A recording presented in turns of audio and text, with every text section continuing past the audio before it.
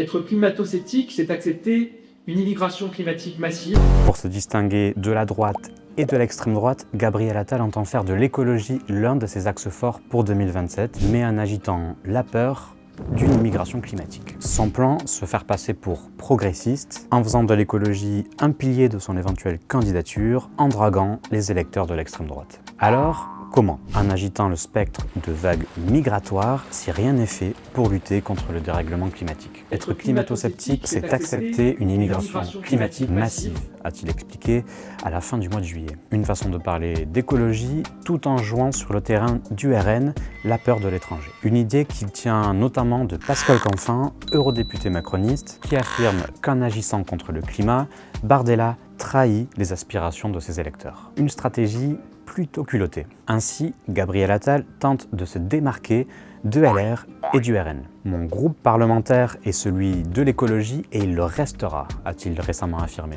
Oubliant au passage l'œuvre globale de son camp entre recul écologique, détricotage du droit de l'environnement, réintroduction de certains pesticides avec la loi du plomb qu'il a lui-même votée. En bref, aucune mesure concrète, seulement des coups de communication, la seule ligne de Gabriel Attal après tout.